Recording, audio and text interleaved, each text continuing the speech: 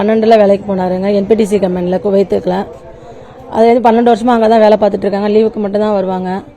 நேற்று நடந்த விபத்தில் வந்து எல்லாரும் காயப்பட்டிருக்கிறதா வந்து சொல்லி சொன்னாங்க. நாங்கள் சரி மூச்சு திணறதுனால ஹாஸ்பிட்டலில் இருக்காங்க எல்லாருமே அப்படி தான் சொன்னாங்க. நாங்கள் அப்படி தான் நினச்சிட்டு இருந்தோம். ஆனால் இப்போ நடுவில் வெவ்வேறு நியூஸ்லாம் வந்துட்டு இருக்குது. அதனால எது உண்மையாக நடக்குது எது நடக்குது எதுவுமே எங்களுக்கு வந்து தெரிய மாட்டேங்குதுங்க. அதனால இந்த அரசு ஏதாவது எங்களுக்கு முயற்சி பண்ணி அவர் எங்கே இருக்கிறாருங்கிறத உண்மையை வந்து எங்களுக்கு வந்து தெரியப்படுத்தணுங்க. வந்து எங்களுக்கு வேணும், சிகிச்சையில் இருக்கிற மாதிரி ஃபோட்டோ, என்ன ப்ராசஸில் இருக்காங்க, எந்த ஸ்டேஜில் இருக்காங்கங்கிறத எங்களுக்கு வந்து தெரிவிக்கணும். நாங்கள் அந்த கம்பெனிக்கு ஃபோன் பண்ணி பேசினதில் இந்த மாதிரி ஐசியூவில் ஒரு ஆள் அந்த மாதிரி வந்து இல்லைன்னு சொல்கிறாங்க. எம்பிடிசிக்காரவங்க தான் வந்து எங்கள் அப்பா வந்து இறந்துட்டாங்கன்ற நியூஸும் அங்கேருந்து தான் எங்களுக்கு வந்து சொன்னாங்க. நாங்கள் வந்து எது நம்புறதுன்றதே தெரில. வந்து இந்த மாதிரி அப்பா வந்து ஐசியூவில் இருக்காங்கங்கிறத கேட்டு சொன்னாங்க.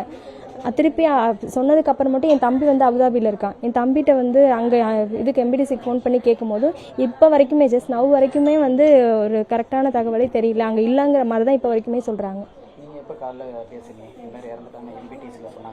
இப்போ ஒரு ½ hour இருக்கும் சார்.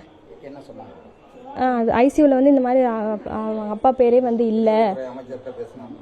இல்லைன்னு சொல்கிறாங்க. எம்பிடிசி கம்பெனி வந்து இப்படி சொல்லியிருக்காங்க அங்கே இல்லைன்ற மாதிரி. என் பேர் மீனாட்சி. செய்திகளை உடனுக்குடனும் துல்லியமாகவும் தெரிந்து கொள்ள சப்ஸ்கிரைப் பண்ணுங்க.